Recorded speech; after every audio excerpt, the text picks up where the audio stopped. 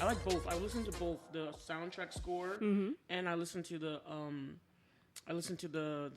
soundtrack music tracks because this is like the only Marvel movie where they do both, where there's like tracks that just songs made that they put in the movie, and then there's the original score made for the movie.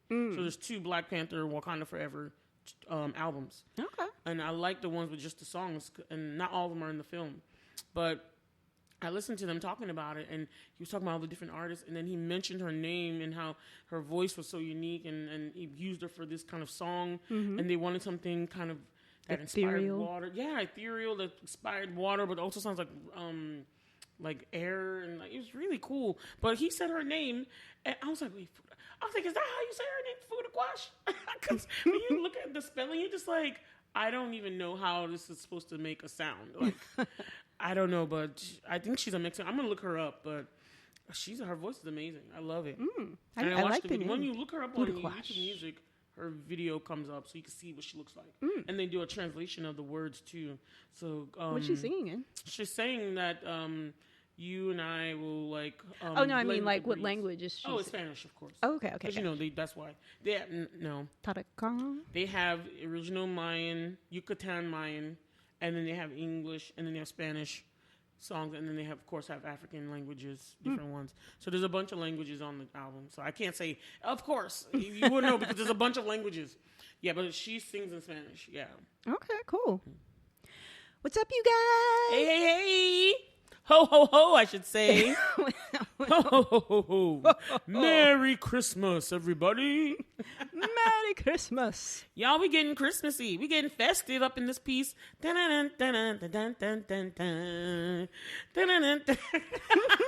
Whitney, usually you're the one with the songs. What's happening here? Join me. Okay. And this Christmas, okay, we're done. Will be a very special Christmas for me. Yeah. Shake a hand now. What version is that? I know it's like one of the Motown ones. That's the Donny. I think it's Don Hathaway. Okay. Don Hathaway or that is a pretty Hathaway. fire one. He's the original one that sang the song. Okay. So he has like a Motown sound because it's a very old school black sound. Yeah. So yeah, I just don't know how long I ago the song love was. the Motown Christmas album as well as the Luther Vandross This Christmas album. Everybody Fire. sings this song, like everybody. And then the Temptations Christmas album as well, especially Silent Night. Now I know in my mind. I know, right? Now I know what everyone's talking about. That was so excited about hilarious at the BMFA After Hours when that comic was like the cultural differences between black people and white people. It's like, you ask a white person, how does Silent Night begin? He's like, Silent Night. You ask a black person, how does Silent Night begin? In my mind. I know. And I don't know what else happens afterwards, but at least I heard that part. Now I know. You know what I mean? Yeah. So, yeah, just really great Christmas music and stuff to like enjoy. I love Christmas music a lot. I love Christmas time. Like, Christmas is my favorite time of year. I'm always excited and I'm always happy. And I mean, I'm not gonna lie, it gets stressful at times because you're just like, presents. Yeah. And that's not the real meaning of Christmas. It's all about the joy and the festivities and Jesus, of course. It's enjoyable giving gifts to people, but sometimes it's stressful, like, what to get? Yes. I mean, I was just talking to him, and I swear I polled my nieces every time. Mm-hmm. They gave me a list, and somehow it changes. And they don't want this, or they don't want that, or my niece wants another Barbie doll, and I'm like, but you have like 18. I want a collection of Barbie dolls, for real? No, some people collect different things. Speaking of... She is 8, so no. She's getting started early. Don't be hating, Bola. I'm not hating. I'm just like, you don't need that many Barbie dolls. I got her a dollhouse last year. It wasn't a big one, but it was still a dollhouse. Mm-hmm. And she now wants a bigger dollhouse. She wants like a Barbie dream house that's like $200. Oh, and I'm just like, no. She didn't know how much it cost. She just wanted it. Once she found out how much it cost, she was like, oh, no, I don't want you to spend that much money. Sweet child. Aww. But at the same time, like, why do you need another Barbie house when I bought you a dollhouse last year? So, yeah. And then family, too. Like, what you want? What you want? I don't know. You can help me buy what I'm looking for. I like the friends that tell you, or the family will tell you something practical. I'm not gonna lie, I don't really care for the whole like just give me money thing, because I'm like, no, I could get you a gift and spend less money on my part. Because if you be like, well, if you ask for money, you ain't ask for how much, I'm gonna give you $5. You know what I mean?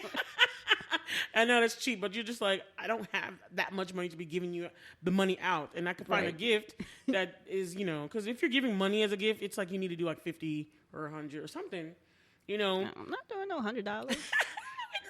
Especially not for Christmas. Like, people have a higher budget when it's like birthday times, because Christmas times you're buying for a whole bunch of people, so it's like everybody's like budget gets like thinner. Cut down. I don't even do birthday presents that much, but Christmas is like we do on my family. We don't, most of the time people don't exchange gifts on birthdays, but yeah, my family, they don't exchange birthday gifts. But Christmas time, that's when we exchange gifts. Gotcha. So it's just like a lot. Now I'm like, what will Uncle want?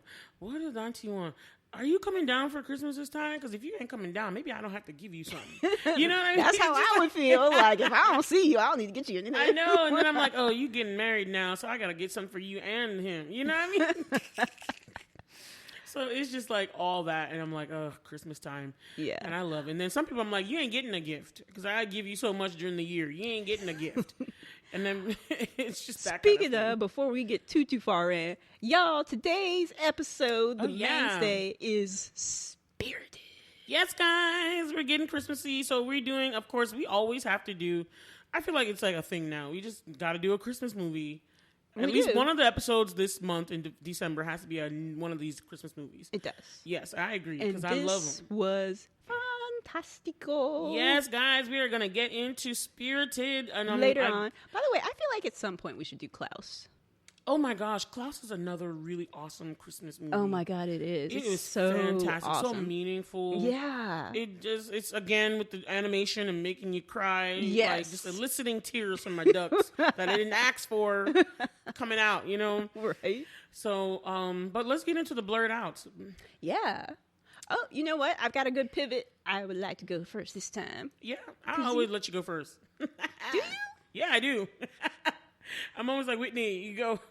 Or somebody, if you have a guest, I let them go first too. Never noticed. My attention span is short, as is my memory. But anyway, when you were talking about your niece wanting a collection of dolls, that reminded me of one of my blurred outs. I am blurting out about the fact that I finished my Chronicles of Narnia collection. Oh, you read the book now. You no, finished all of them. I read all of them, like probably in middle or high school. I finished it back then. But I'm talking about I was collecting specific covers. Oh, okay. Because there was, if a book's been out for a while, they have different editions or covers. Tons of them. And, the kind of thing nowadays is like photo covers. And I prefer illustration personally. I guess it depends on the cover. But anyway, my favorite... And I just love these artists anyway. Leo, they were, right? Huh? Leo and Diane Dillion. You're exactly right. So they did covers for the Chronicles of Narnia for I think it was maybe 98 is when this particular edition with these covers by them were done. And then their son, whose name was is Lee Dillon, did he made a frame. So if you look at the Leo and Diane Dillion illustrated covers, it's the illustration inside, but there's this frame, and you can tell that it looks like it's an actual physical frame that they probably photographed, and then the illustration is inside, but it's so cool looking. And I always loved it. And I had certain of that collection, and then I had other Chronicles of Narnia where it was a different edition of the color, and I'm like, meh. Actually, you didn't like the photorealism ones? I mean, they look kind of cool, but I like this best. And then the other ones I had, it was still illustrated, but I didn't like the illustrations as much as the Leo and Diane Dillion ones. That reminds me, I should probably take my other ones that I have 2 copies of now back to Second and Charles or something, so that I just have just the 7. Just keep them if they have the same the Leo and Diane one. Yeah, I mean, I've got Leo and Diane Dillion, but then I have another cover for 2 or 3. Ones. Yeah, okay, so I have 2 of maybe book 3 or something like that. And I'm like, well, I don't need 2 all of them. Okay, I got you. of the same book. I was like, I wanted this cover. Some people they have multiple versions of their books just to get the covers and stuff. Harry Potter has tons of covers now. Like, I still prefer the Scholastic's covers. Just the colorful ones. And there's so many new covers now. I'm not going to lie, they're awesome, but I love the Scholastic's covers because they're the original ones that I was introduced to. And I understand that. But that's exactly what I'm doing. I wanted the specific cover because otherwise I'm read digitally. Excuse me. And it's gone. When you have to sneeze and then it goes away, and you're like, no.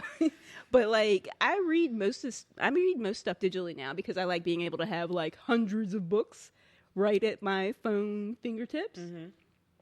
So the only reason I really buy a physical book now is either because the digital edition is not available, like with my favorite. Yeah, it's probably my favorite series that Bola refuses to read. The Dark Angel. Yes. Which actually, it's so weird because the third and last book of the series, The Pearl of the Soul of the World, is available as an ebook. Okay. But the first two aren't. And I'm like, what are you doing? I'm telling you. And you know what's so interesting? I'm the opposite of you. I prefer physical books. To this day, I still go and I purchase and I buy physical copies of books that I like because I just like books. Like, I've always loved books, and I've always loved a library, coffee shop kind of atmosphere is always my favorite cozy go-to. So as the digital world is going, I mean, the only thing I do is probably like I listen to the books now too. So some books I don't buy, I listen to, but if I really like them or I've gotten through, most of the ones I don't buy are my nonfiction ones.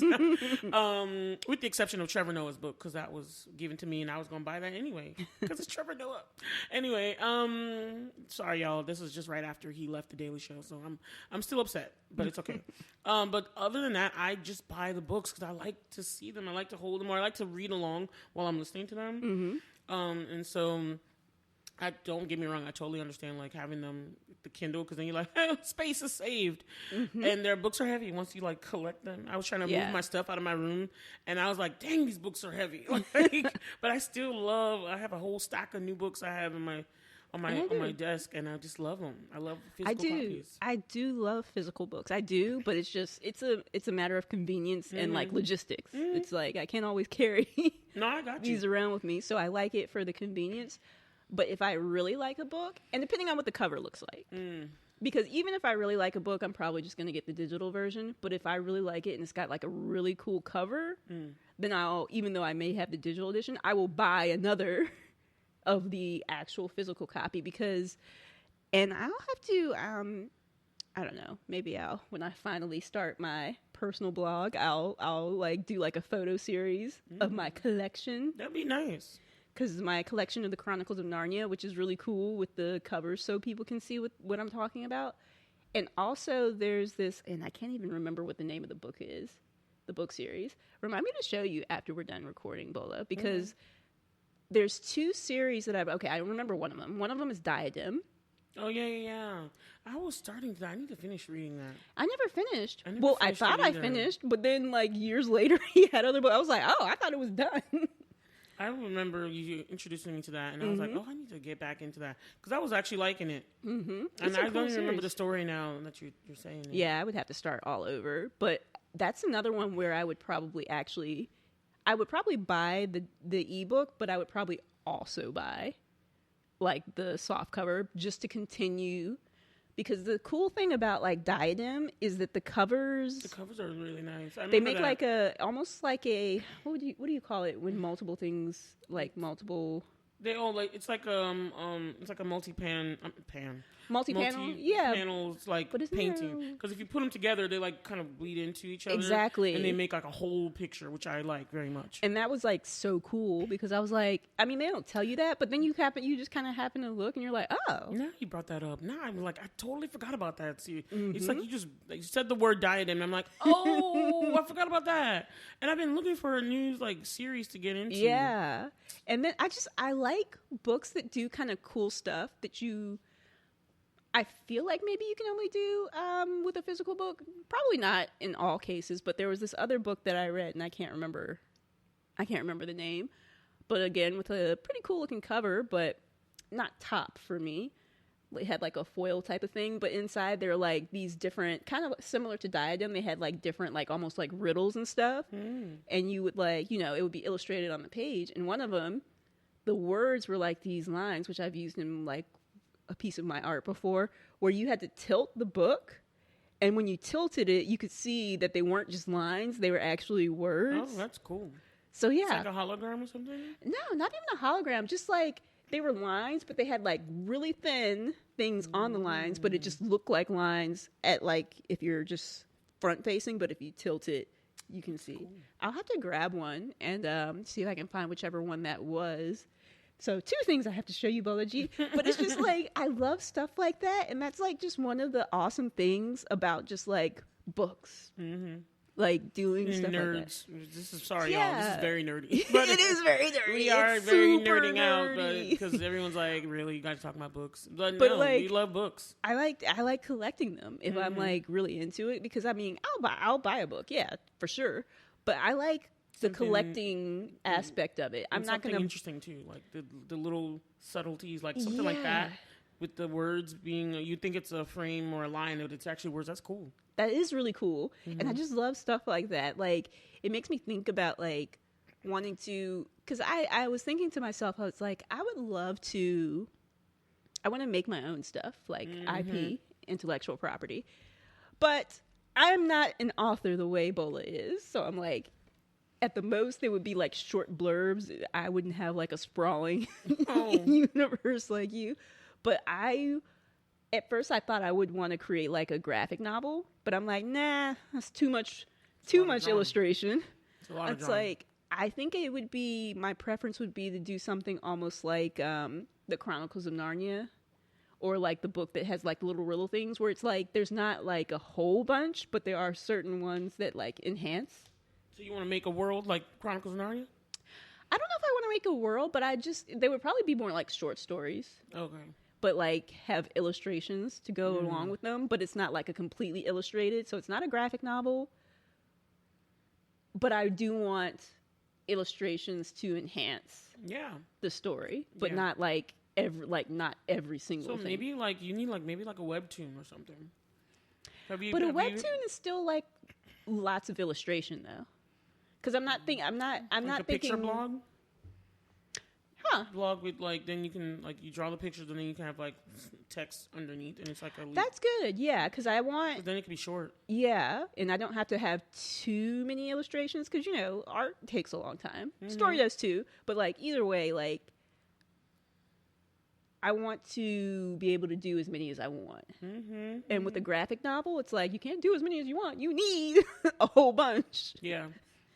And that's going to be very time consuming and probably very expensive, short of you doing it yourself. And then that's just extremely time consuming. The formatting and all this stuff. And but it was just, I was thinking about that. So sorry to spend so long on my Blerd Out. The other 2, and I'll be quick on these, is Wednesday on Netflix. You were blurting out about this last episode. Was I? Yeah. Oh, snap. I didn't think it was out then.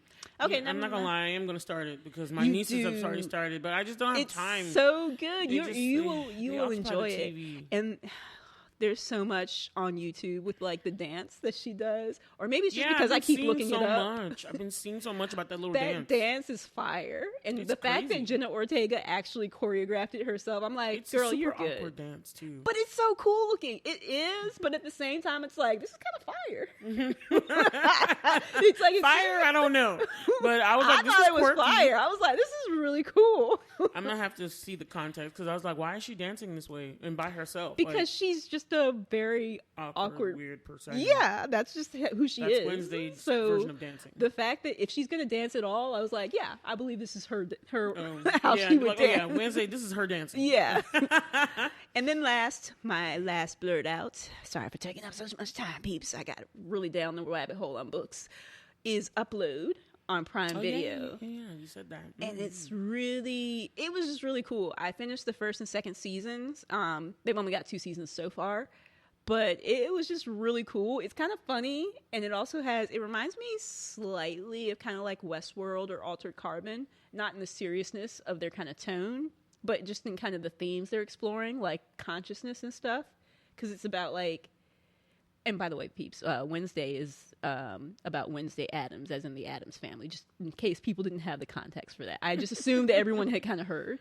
But on this, I don't know if people have heard of this. So, like, Upload is, like, this dude who is, like, close to death, and his consciousness gets uploaded to a digital world. And, like, the problems that come with that because his girlfriend pays for him to go to this other world so she can basically like see him forever and and control his like stuff. She's like, oh well, if you don't do what I say, I can just delete you. And it's like, dude, and it's like, so it's interesting to me exploring like these things that explore that type of like the morals and ethics of that type of stuff, because it's like people talk about that stuff. I'm like, that is not appealing at all. And it's funny because these things are so common now, like not common, but like this kind of story telling.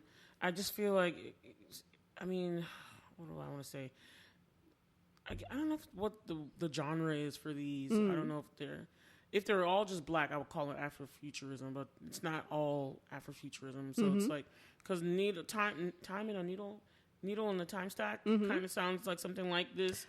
You're right. And Severance, and then some of these other shows. It's like exploring the morality and ethics of our pushing forward with technology. Yeah, and then the boundaries and all that kind of stuff. Yeah. What was that one we saw the other day with Mahershala Ali? We saw the trailer again. Swan Song, I believe. I was totally wrong. Moonlight was his other film. Wow, Swan Song or something. And I was just like, this is all again in this vein that everyone's you're in. right. Yeah, it's interesting. Because when we watched the trailer for Swan Song, I was like, this reminds me of The Prestige. And I was like, that was some messed up stuff. That was an old one, and I love The Prestige. I love The Prestige too. Yes. But when you found out what he's doing, you're like, dude. The Prestige was like, yeah, awesome. The Prestige just like, it just took it to another level. Yes, indeed. Another level. Okay. But yes, Wednesday, y'all, on Netflix. Everyone's been talking about it. This is Whitney's second blurt out about it. So apparently it's very good. It's very good. You guys should check it out. And Upload on Prime Video. Check it out, you guys. And let me pass the ball over to Bola. Yeah, so I will try not to take too much time. I'm sorry. No, you're fine. I really like nerding out about books. So I like seeing your passion about, because I love books. Because one of the authors that I really like, so one of my honorable mentions was going to be, they finally came out with a release date for Shadow and Bone Season 2. And, I love the Shadow and Bone series. I watched the show, and the show got me onto the series. So I read all the books. There's like a bunch of books in the series. There's like 7. I've read all of them now. And so there was there's like also some tinier books, like she's got like an anthology of the stories of all the saints, like saint stories, like in the book. Saints? Did so they touch on the saints in the series? So, in the world they like Sancta Alina and Saint Alexander and all that kind of stuff. So it's like certain people, they have like a whole thing about saints. Like All Saints Day or something like that. The patron saint of this or that. Lately, been thinking about you, baby. How does this song relate? Just sitting away. I don't know how it watching relates. The days go by. I don't know how this song relates. How did you even come up with that song? I think the group is called All Saints. Oh my God. I'm done, y'all. I'm going to double check that while you're talking. Anyway, so the religion of the Ravka, which is like like Eastern European, Russian type of world, fictional world, steampunk, like Eastern European. It's really cool. Anyway, their religion is kind of like based off of that, All Saints, and they have multiple saints for different things.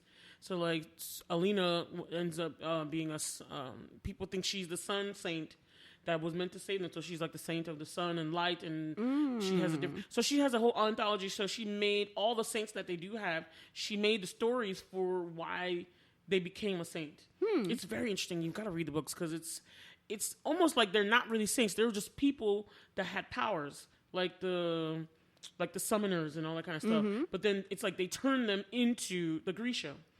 It's like basically Grisha had powers, and then just to explain it away, they made them saints. So now they have different Grisha over the past, and they didn't have the words Grisha. They made them saints. So it's like, Saint Ulia is the saint of this or that, or Saint Batilda is this, all this kind of stuff.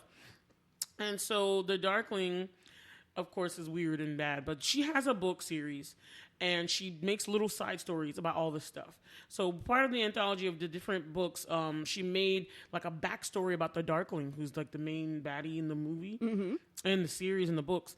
And so I just got the I didn't buy it, but I got it from the library. So I just got the graphic novel.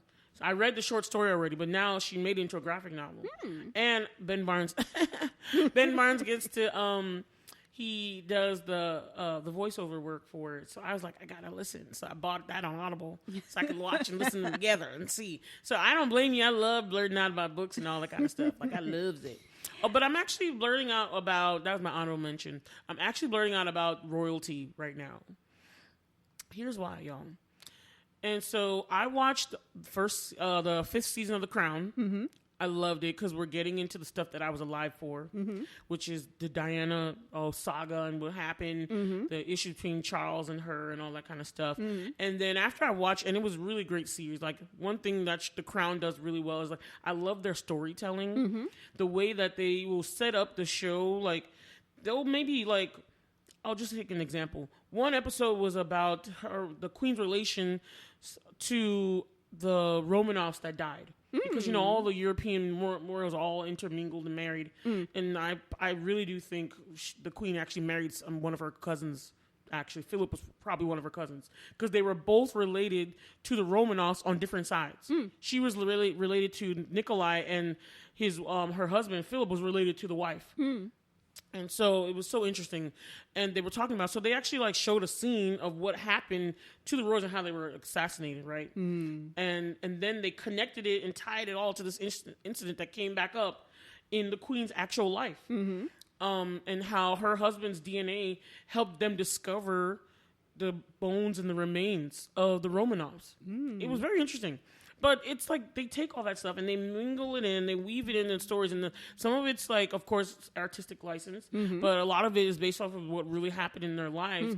And the storytelling of that show is amazing. Without fail, every 2 seasons, they age up the people. So this is the third iteration, this is the beginning of the third, probably the last leg of it, where the Queen is older. So the person who plays Umbridge on Harry Potter, Imelda Staunton, she plays the Queen this time, and I'm just telling you, the first season, everybody did great. They've got Harry and Meghan in there, not Meghan, they've got Harry and William in there right now, and it was just awesome to watch. I loved it. Now, on the other side is Harry and Meghan dropped, for the first time, their actual story, their little docuseries that they have on Netflix. Oh, I saw a trailer for that in the top. Yes, 3 episodes. And since they are no longer with the royal family, they can freely tell their story without any repercussions or anything. And so it was really nice to watch, because I watched her interview with Oprah. I've seen all the nonsense that was going on in the media with her, and then I watched that interview, and then I was like, wow, there's a lot to tell, really, with what happened. So for them to go back to the beginning of how they were able to date, how they met on Instagram of all things. Like, really? Interesting. Yeah, like a friend, they were like, she saw him on Instagram, she saw him. And Meghan, she really was like an American chick where she's like, I don't know anything about the royals. She literally knew nothing about them. So when people were like coming for her, she's like, she literally had no idea what she was getting into when she was joining the royal family. She really didn't know. I was shocked. I was like, you ain't know nothing? You ain't see nothing? She was just like, no, I knew nothing. I just knew of him. But she was doing her own thing, living her own life. Yeah. I'm telling you. And to hear doing her thing on Suits. Right? And to hear Harry's side of things and him being so open about this and that. And I really liked it. Like, it's like, it shows you, they were made for each other. You really see... I just like that they got to tell their side of the story and what was going on and how bad things really got and how nasty the British press was, because it lined up with the Crown too.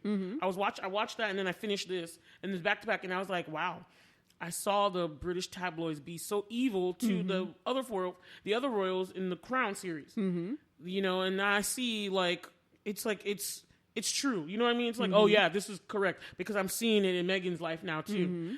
So I really enjoyed it. I know, like, people are like, why are we talking about the royals? We don't have royals.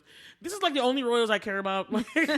Anybody else, I don't know nobody else's name. There might be some royals don't come for me. I don't know no other royals. Like, I feel like these are the world royals because everyone knows about the British royals, but nobody else.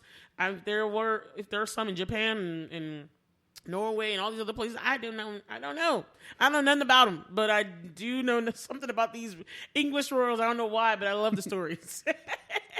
Anyway, that's the only other thing I was blurting out about my royalty. Gotcha. Yeah, I was wrong in my song tie-in. Okay, good. Lately was actually by Divine. Okay. Oh, All Saints sung Never Ever. Yeah. See. I was thinking that in my mind. I was like, I think they sang something else. Yeah. Last thing I will mention is honorable mention. I just tried Lensa for the first time. Lensa AI. I know everybody's doing this all over, and this is for those who follow us, like on TikTok and everything. So Bola did the Lensa. Yes, I paid my monies and I did it because I really was curious because I was seeing everybody's pictures and I was like, these are awesome and fire, and they look like the people. And I wanted to make my own. So I made mine. I made a video and I posted it on our TikTok. So y'all go and check out our Lensa AI and then share some of yours with us, okay, guys? Because I really loved it. I got some really beautiful pictures, y'all. Some really nice ones. I got some crazy ones, too. You're not going to ever see those. I got some good ones, too. So without further ado, are we getting into Spirited now, Whitney? Let's do it. Let's get into Spirited. You know, Christmas movies are like... Wait. Where's the tie-in? Christmas movies. No, but I mean, like, where's our lead in? Let's do dun, dun, dun, dun, dun, dun, Spirited all the way. Is that good enough? I guess we go with it. Okay. I wanted to be all theme, and I wanted to go with a theme of Christmas. But you guys, Christmas movies are like a staple of this time as well. Like, oh my god, how many Christmas movies have you like that you love? What's one of the ones you love so much? You know that Lifetime and Hallmark be churning out stuff all year. I don't want to talk about them. But like around Christmas time, it's like every network turns into like Lifetime and Hallmark. They just be churning out this stuff. And Netflix got a bunch of them. Some I haven't even some are on my radar that I was like, wow, I was supposed to watch this like 2 years ago, and I never did. And of course, there's new ones, but like the old classics are like I planned some games for a friend Christmas brunch. And I remember that game, the emoji game that I had brought for you guys. And then I was looking through the list of some of the Christmas movies, just me doing it and getting the key and then not telling y'all the answers. I was like, man, I don't think I've seen this movie. I don't think I've seen this. And it honestly made me want to go watch some of those older Christmas movies again. Like, I had never heard of Train, Planes, and Automobiles. I'd heard of it, but I didn't know it was a Christmas movie. I didn't know anything. I don't know anything about it. I didn't even know While You Were Sleeping was considered a Christmas movie. I was like, I didn't either, but I made a lucky guess just based off of the emojis because I was like, was that a Christmas movie? I'm like, maybe it happened near Christmas because it's been a while since I've seen it. I think Sandra Bullock is in there. Yeah, she's in that one. And some of the other ones, I just was like, man, I want to go back and watch four Christmases. Or I want to go back and watch... The Family Stone. Those ones are the actual Christmas movies that I kind of remember, but I'm not sure if I watched them. And I was like, man, the movie time's so different. You know what I mean? But these classic movies, I watched Elf for the first time this year. I don't know if I've actually ever seen Elf. Right? I've never watched it too. I've seen snippets, but I've never watched all of it. I'm glad I did because everyone talked about this movie. My sister was like, how have you not seen this? And I'm like, I've never seen Elf. So I watched it with my nieces last weekend, and I liked it a lot. It was really nice. And I'm glad because guess who's in Spirited? Will Ferrell. Will Ferrell. As well as Ryan Reynolds. Yes. And my girl Octavia Spencer. Yes. And I'm not going to lie to you. I was looking at the whole list of them, and I'm like, this is a musical? You got to be kidding me. And then I'm like, these three can sing? Now, my sister was like, what are you talking about? Will Ferrell was on Saturday Night Live. And I'm like, yeah, but those are like skits singing. You know what I mean? I was like, it's not legit. Like, these are like literal musical numbers. I was like surprised by Will Ferrell's voice. I was like, dude, you good. All of them had great voices. And they did do, based on the interview we watched, they did do like a 7-week boot camp and all that kind of stuff for theater, show tunes camp, whatever you want to call it. But I was very impressed. Me too. With the quality, vocal qualities, and like, I mean, they were sustaining some notes. Sustaining the notes. You know what I mean? But let's get into our first impressions of the movies. What was your first impression after watching it? I really wanted to watch it again because you guys, I was decorating my tree at the beginning, and I'm like, okay, what's going on? I was like, okay, these people are just jumping out, like they're already in the midst. It's like they've turned A Christmas Carol into like an entire, like, almost like a business. They're not making money, but they're like these ghosts, like they're the ghosts of, you know, Christmas past, Christmas present, Christmas future. But there's like a whole like hundreds or thousands, who knows how many of these ghosts, but they're like putting together these productions. It's like, nah, we don't just pull these things out of our ass. We gotta, and like, they call them haunts too. It's so interesting. They do, and they're like, we gotta spend the whole year researching. And then we got to put together all of this production. And they only do one perp a year. I'm like, what? I was like, y'all should do more than one perp a year. But it's just funny because, like, the concept is great. It's like it's almost like it's not quite a breaking of like the fourth wall, but it reminds me of that because it's like it's like a look behind the scenes almost of what goes on in like A Christmas Carol. It's like, yeah, they weren't just like, you know, magically pulling it out of nowhere. It's like, nah, we got to prep this. We got to build these sets. Right. And I mean, I just think it was so much fun. Like, I literally did not know what to expect. I was watching this and I'm like, I just kept remembering in the beginning, I was like, what is this? What is this? What's going on here? But I'm telling you, when that thing flipped the script and I saw Ryan Reynolds singing a number, I was sold and I was like, this is something else now. And the concept is just so unique. I love when they can take something old because, you know, we always talk about how, like, lots, like, you know, where we, like, just let's stop remaking things. Let's leave Britney alone. Like, you know, leave the old thing alone and do something new. But I like when they can take the old ideas. And the Scrooge has been done. The Christmas Carol has been done so many times. But they redid this in such a unique and creative way. They put their thing down, flipped it, and reversed it. It's your I don't even know what that part is. It's your feminist man. Exactly. And I was here for it. I was here for it, all of it. I was like, this is amazing. Yes. Like, because I had no expectations. Because me too. I had caught maybe like a poster or something, like on IMDb or something, but I had not seen any type of trailer or anything. So I was like, I didn't know what to expect. I think I told you about this. You did? Yeah, you did. Because like, before you told me, I may have just glanced like the like poster, like I said, on IMDb, but I didn't like stop to check it out. So right. It was just like, oh, okay. Right. I had no interest because I didn't know anything about it. And you're like, let's do Spirited. And I'm like, okay. And then we start watching. And I'm like, oh my God, Becky. I saw something about it, and I was like, I've never seen Will Ferrell and Ryan Reynolds in a movie together. So I was like, this is gonna be interesting. And then I was pretty sure the thing that I saw, there was singing, and I was like, wait a minute. Now I've got to see Ryan Reynolds sing. Like that's my main. Will Ferrell's awesome, but I wanted to see Ryan Reynolds singing. Yeah, and then I wanted to see him be I wanted to see what he was going to be doing because I like to see him be different in the film. Because like I love Ryan Reynolds. Anything he does, I will watch for the most part. I do. I think I've seen a lot of his stuff, but a lot of the time he brings he brings a lot of his personality to the characters. So it's almost like. I like to see when he does something that deviates from what I think he can be. Have you seen The Nines? No. I know. I think I have. Yeah, The Nines sound familiar. I think I have. But I like to see him do something different that I've never seen him do and see how he does it. And I've never seen Show Tune Ryan, and I liked it a lot. I loved it. I did. And I was like, he was tapping, and there was so much tap dancing in this. It was like, oh, God. And I was even like, my main question was like, what possessed him to do this film?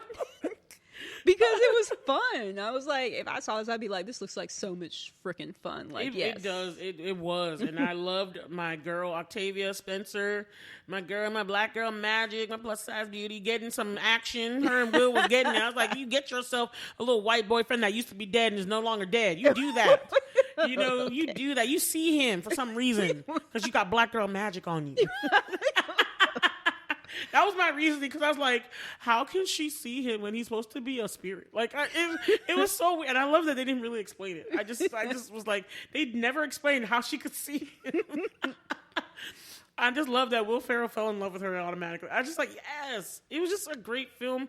Funny as heck. Oh my God, so funny. You were talking about funny. Like, and these singing and dance numbers were like awesome. Speaking of, let's get into that. So I remember telling Whitney while we were watching the film, I was like, Whitney, or at least afterwards, I was like, Whitney, this film gives me mad Dear Evan Hansen vibes. And she was like, why would you say that? She's like, I don't really get that. I'm like, okay. But it was something about the music to me that made me feel that way. Mm-hmm. And then I watched the behind the scenes. You guys know what I do. I always go and watch the behind the scenes, get some video. I love to know how the sausage is made. So I really do. Because I like my sausage. But I went and watched a video interview with just Ryan Reynolds on Jimmy Fallon, and he was talking about this and all his other projects. But he was talking about... That's funny that it was on Jimmy Fallon since he was in there. yeah. That's why he was in there, right? Because Jimmy Fallon was in the film too. That's a good point, Whitney. But he was talking about the music. Of course, they asked about the music, and then he mentioned that the same people that made Frozen and that made Frozen isn't the same. No, okay, not Frozen. My bad. Not Frozen. My bad. That's the other pair. It was the same people that did Dear Evan Hansen and The Greatest Showman. Mm-hmm. He said those. He said one more thing. La La Land. Yeah, that's what it was. Thank you. My bad. Sorry to the Frozen folks. You guys are awesome too. But so the people that did La La Land and The Greatest Showman and that other one that I just forgot. Dear Evan Hansen. Thank you. Wow, the main one. Anyway, they did this, and I'm like, that is why. I knew it. I could sense their artistry and their type of music, their musicality all on this. By the way, you guys, it's Pasek and Paul. So Benj Pasek and Justin Paul, and they are freaking amazing. They're awesome. They're writers. Like modern Oscar. Rodgers and Hammerstein. Yeah, they're really good. Like the music and the words and everything. I was just seeing Evan Hansen stuff all over. And then now, The Greatest Showman, once he said that, I was like, I'm seeing The Greatest Showman all over this. And I was like, the music for this is awesome. And I immediately wanted to, get Will Smith's 2-month gift of Apple Plus TV and be like, I need to show my family this movie is a fire Christmas movie. It is. I enjoyed it immensely that I really want to watch it again. I really do. Ditto. What were the best parts to you? For me, I like the entire thing of seeing behind the scenes, and then flipping it around, and then when they're in the hospital and the first time, and Will Ferrell and Ryan Reynolds' characters are in there, and they're about to go away, and then Ryan just books it and just runs away. He's like, no, you can't run away. This is your moment. This is supposed to be the turning point. And he goes through different doors. So he ends up in the headquarters for the ghost. Yes. And he just is he subverts everything. He pulled a She-Hulk basically. Yes. And I love that. That was the amazing part to me. And I love how they cue stuff up and things. He's like, oh, can we cue up 1625. It's they and then I love that they had stuff people actually pushing in the couches and stuff it's a production. Yes, it was crazy. The scenes were coming in. It was so funny. And remember that song Good Afternoon? Oh my God, Good Afternoon yes! as an insult. I loved it so much. It was hilarious. That was one of my favorite songs. I love the part where they're in the Christmas party that Ryan's company is throwing, and I guess also in Ryan's house, right? Yeah. It looked like his house too. Yeah, it did look like it was his house. Oh, what is his name? The character's name was Clint Briggs. Okay. Clint's house. Okay, Clint.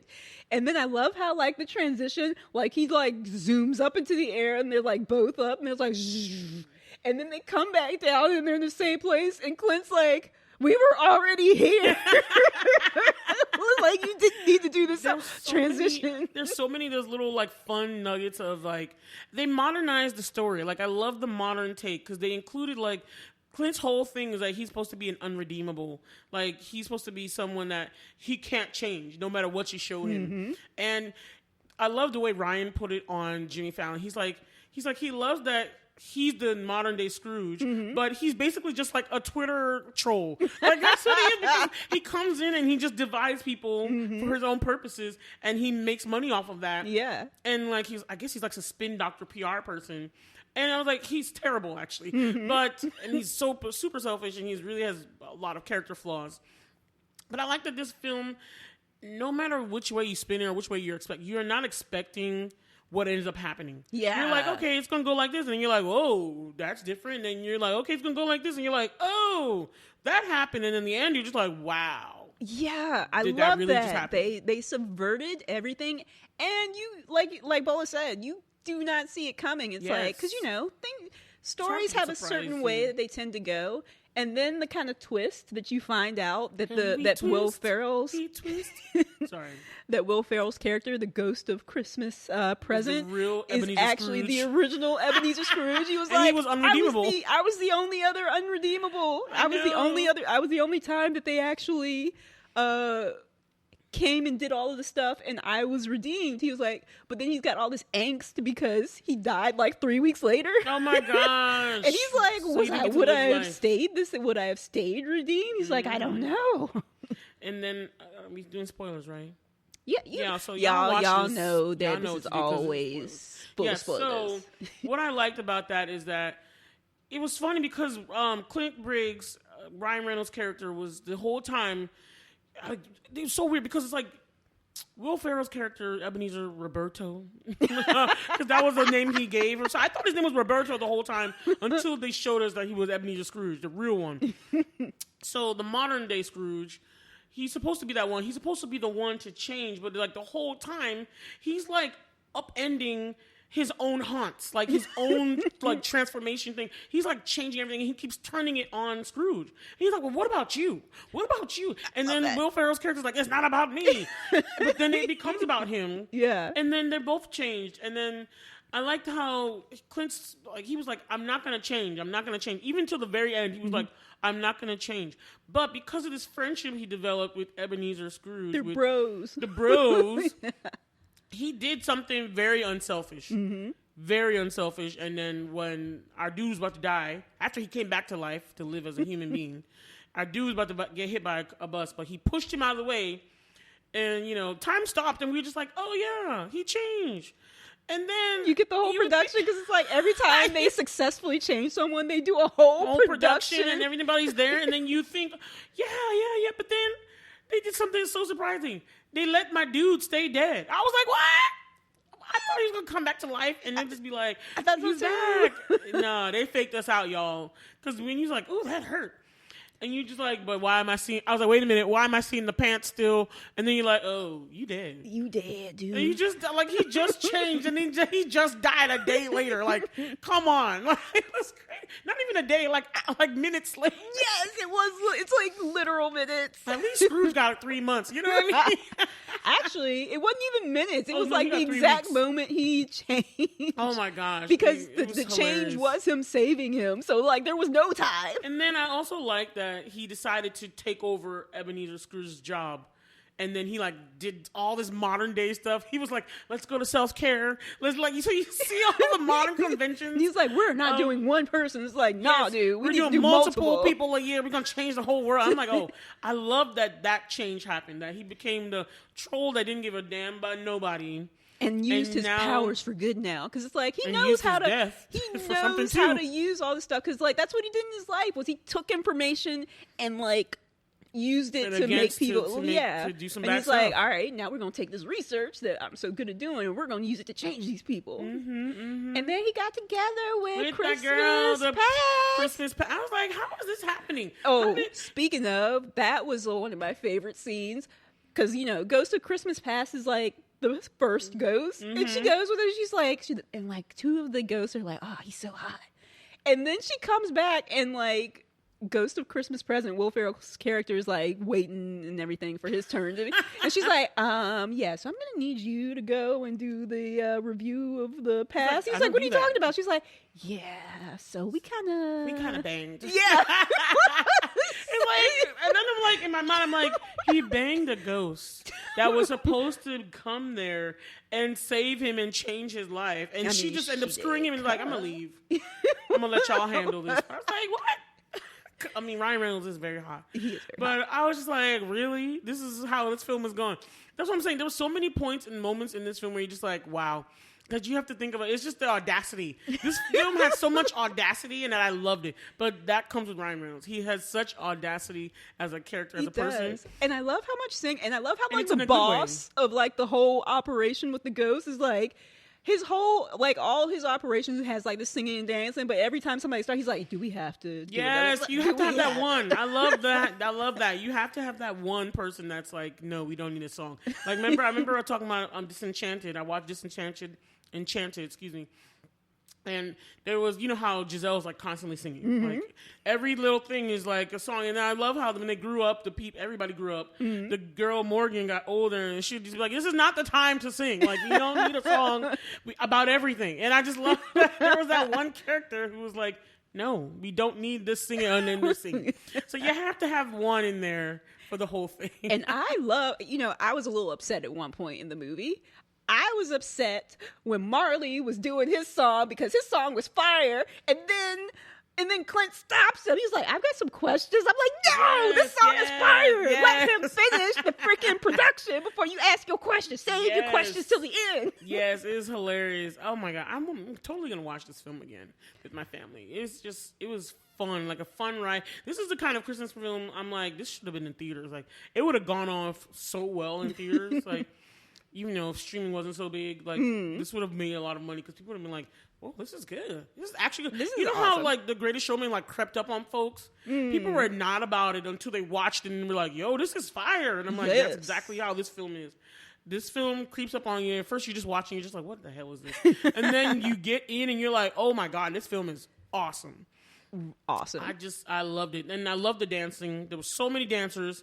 Like I said, they really like went ham on the tapping. There was like tapping in the whole thing. They did. Tapping is so cool. Like, it is just so cool. I love how when they had the recruits coming in, like the newly dead, they're like, all right, everybody coming on in. And they're doing like the whole production. And the one dude, the black dude's like, we going to have to like sing and dance. Exactly. It was so funny. All these little funny like quirks and things were all over the film. I honestly loved, my favorite character, I really liked Will Ferrell's Ebenezer because he was just like so nice and warm and like loving and like so also earnest. Yes, he was so. That's a wonderful word, Whitney. He was so earnest and seemed so pure. Like my favorite thing he did, besides how awesome he was to everybody. But my favorite scenes were when he became a human again, and he was like, "I'm showering. This feels great." And then he was like rushing into stuff because he used to be able to walk through things, and he was like, he would like bump his head. He was like, "It's so thrilling still." You're just like, I just found it so endearing when he became a human, and it reminded me of his elf self. Because and it's so interesting that I watched them right back to back because I had Elf in my mind still. And then there was somebody paid a little homage to Elf in there. Somebody was wearing at the Christmas party. They had like Christmas movie costumes for the party. I guess the party theme. And so somebody was wearing the costume. And he was like, "You look stupid," or something. And I was like, "Oh, that's Elf's outfit." But he was acting like Buddy in Elf, like because Buddy was in the real world and he had always grown up. Since I know you don't know the story. The story is like he had grown up in the North Pole as a human, but he didn't know he was a human. He thought he was an elf that was just super large. It was hilarious. He's just like, how is this world made? And this guy's mad tall. It was so funny to me that they even did this. You're like, he can't fit into this whole world. Anyway, but Buddy acted, once he got into the real world, he was so innocent and earnest.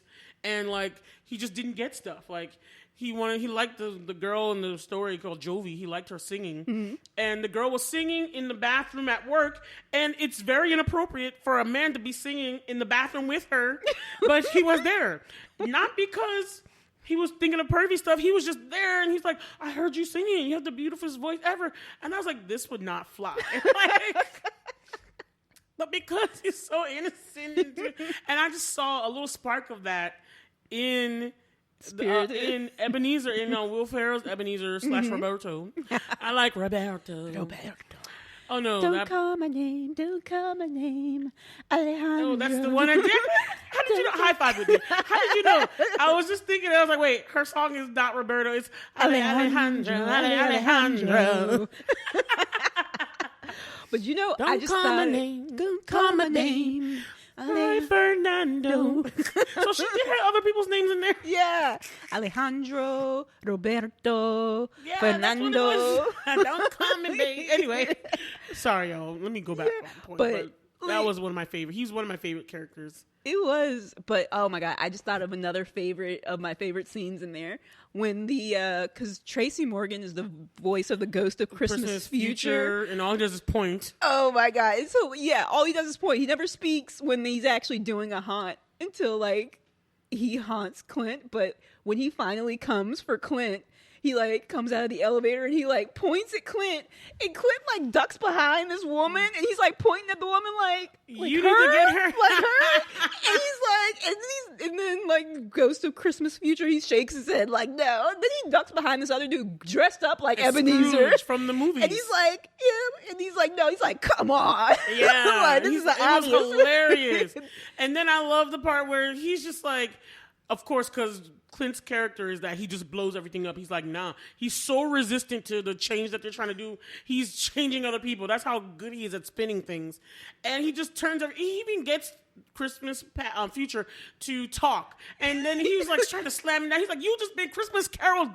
That was hilarious. I love that. You just made Christmas Carol. I love that line so much. That was hilarious. Oh my god. Oh yeah, it was super funny.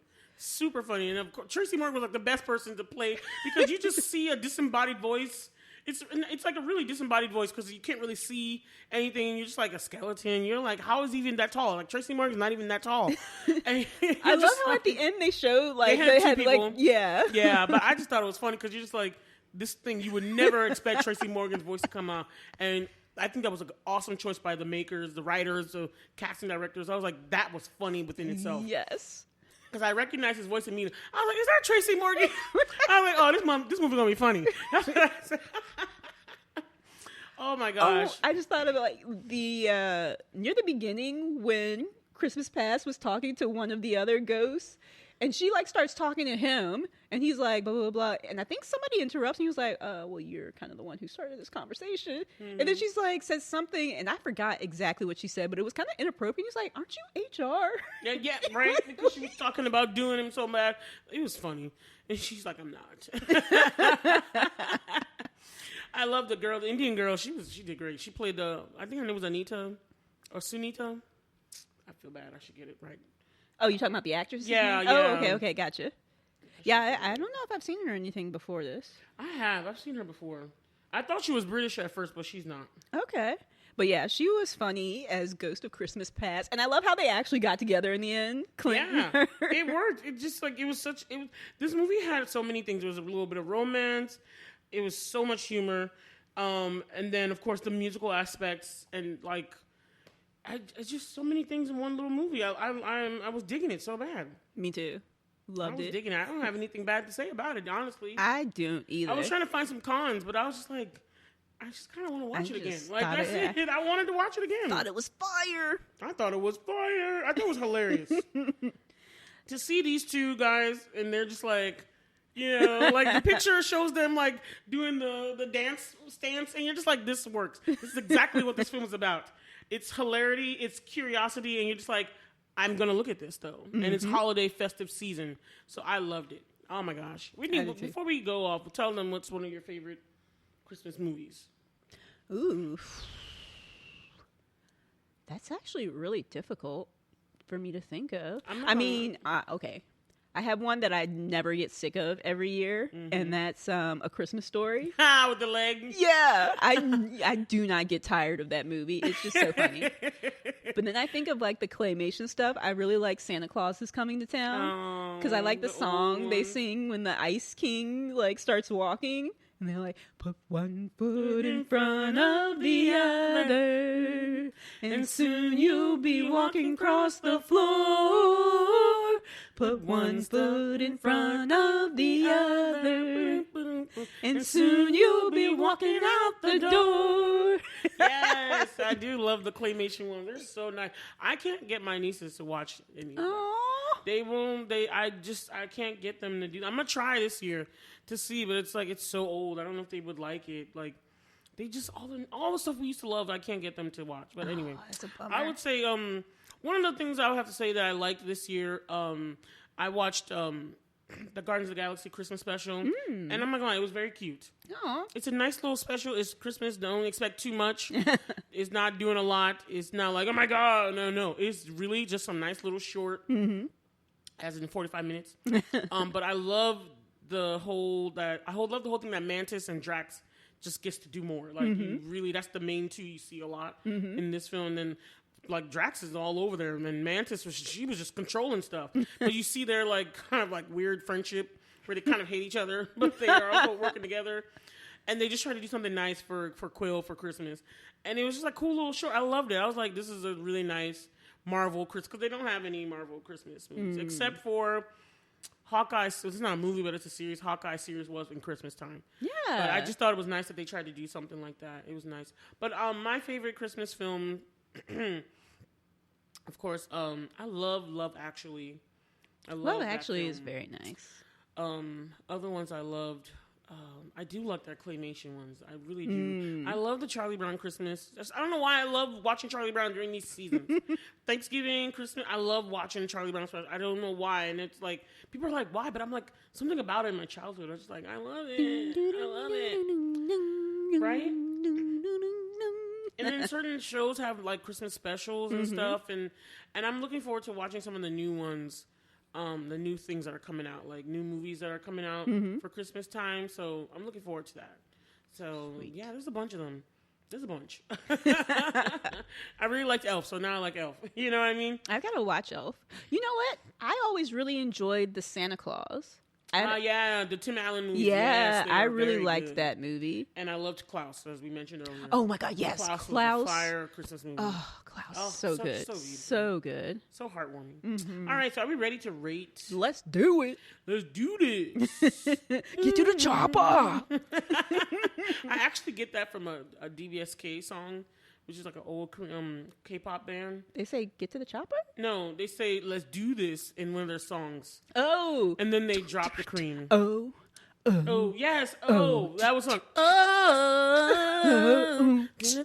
I can't speak Korean, so. Yeah, but that's a fire song right there. Yeah. And now, like, it's one of the original older K-pop bands, but they've disbanded. Anyway, what do you rate it, Whitney? I give it 10. I wanted one of those sound effects. It's like, you know, like kind of like the buzzer when Family Feud, when it comes on, when you get something right. You know how that sound? What sound is Family Feud? Like? You know, Family Feud. It's been a while since I've watched Family Feud. What does it sound like? It sounds like a bing, like you got it right. Oh, like, okay. It's correct, like one of those game show sounds. I look up a clip and you hear it, and I love that sound. So that sound needs to go right there. Bing for 10. I'm gonna give this. I'm not gonna lie, I wasn't sure because I wanted to watch one more time, but it's just a nice movie. I don't know if I'm gonna give it a 10. Just give it a 10 because it's really good. Like, I want other people to watch this, and I want to watch it again, so that's a good sign to me. Yeah. So I'm going to give it a 10, especially for Christmas movies, because, you know, they could be slightly cheesy or always about a prince, always about some girl meeting some guy in a coffee shop. And I would say even if it weren't, like, even outside of the Christmas movie trope, just so not even just in a relative sense, but in an absolute sense, I thought it was great. Mm-hmm. I also have to say Bridget Jones is another Christmas movie. People don't really think of it, but there's Christmas time in the movie. Oh, yeah, there is. I love Bridget Jones' Diary, the first one, as well, for our Christmas movie. Anyway, but yeah, so we give this film Spirited 10 glasses, y'all. Bing. Bing. All right, and so we just recommend that you guys watch it. Y'all are getting a bunch of good films. Oh, yeah. Yes, and so soon we'll come out with our last episode of this, of the season, of the year, let's say that. And then we'll have an extra episode where we count down our top favorites of the year. Our top 10, right? Well, we'll call it top 10. Okay. We'll see. Because it's going to be difficult because we both have our different rankings. We do. And now we've got a new film to add up in there. Figure out logistics. It's like, is it top 10? Do we each have a top 10? Is it a top 10? Do we each have 5? We got to work it out, y'all. Yeah, we got to watch it out. Pray for us. Yes. But we're going to have that for you guys, and it might be a video, Whitney. Can you say that? I think it can be a video. Yeah. Okay, so it's going to be on our TikTok, on our YouTube, so you guys will have all that to check out. Can it be on TikTok? Make sure you check. Yeah, I thought TikTok had like a limit on how long stuff could be. We'll see how long it's going to be. We can always do clips. Yeah. All right. We'll do clips, y'all. So just keep watching us, checking us out, following us, listen to our clips. You know, we're on TikTok. We're on YouTube. Sign up for our email newsletter, y'all. Yes. All right. So we're just going to say, blerd out, everybody, and keep getting Christmassy. Bye. Bye. Thanks for listening to our podcast. Please subscribe to our show on whatever podcast listening app you use and share the show with other blerds and non-blerd family and friends. And if you like our episode, please rate and review us on iTunes. The intro and outro music is Twilight by Caption. You can find them on SoundCloud, the username Caption, spelled Capshun. The show notes are by Bola, Hanson, and the audio engineering is by Whitney Booker. And you can contact us by email at blerdtalkbw@gmail.com. And also, don't forget to get social, you guys. You can find us on our social media at Instagram and Twitter, with our @handle being @blerdtalkbw. And we've got our individual things going on too, y'all. So you can find me, your Blerd Fashionista, on Instagram and Twitter at BolaStoryB. That's B with 2 E's like the insect. And I've got my own personal YouTube channel, just Bola Sade. That's BOLASHADE. D as in dog, E as in elephant. And this is Whitney. You can find me at my company, Luminavi Studios.